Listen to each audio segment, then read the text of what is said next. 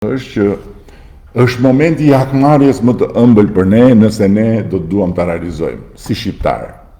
Të marrësh hak në mënyrë të ëmbël do të thotë që t'i japësh fund statusit të vendit, të popullit, të qytetarit të dorës dytë në këtë Europë. Dhe të bëhesh një vend, një popull, një qytetar i dorës parë, duke u bërë antar i Bashkimit Evropian.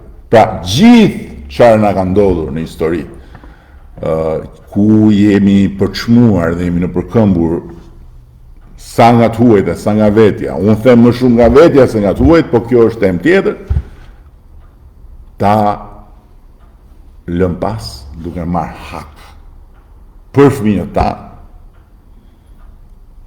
ta, të cilëve mund t'u japim, jo mbas 20 vjetësh, as mas 30 vjetësh, po mund t'u japim me një mandat Bashkimi Evropian.